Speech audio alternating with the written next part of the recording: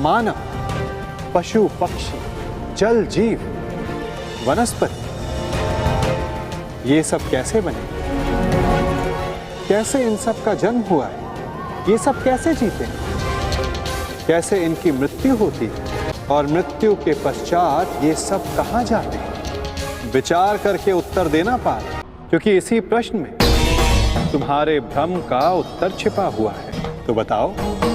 देह मिट्टी से गीता सार चैनल को सब्सक्राइब कीजिए और बेल आइकन दबाना मत भूलिएगा।